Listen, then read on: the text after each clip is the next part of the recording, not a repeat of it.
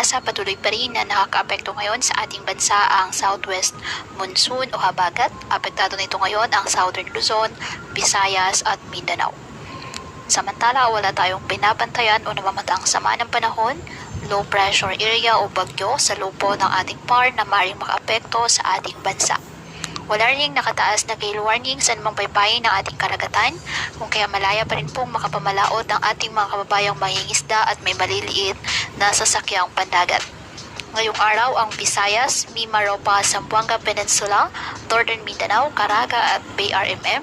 Asahan na maulap na kalangitan na may kalat-kalat na pag-ulan at thunderstorms dahil po sa southwest monsoon. At ang Metro Manila at nalalabing bahagi ng ating bansa, bahagyang maulap hanggang sa maulap na kalangitan with isolated rain showers or thunderstorms dahil pa rin po yan sa habagat at localized thunderstorms.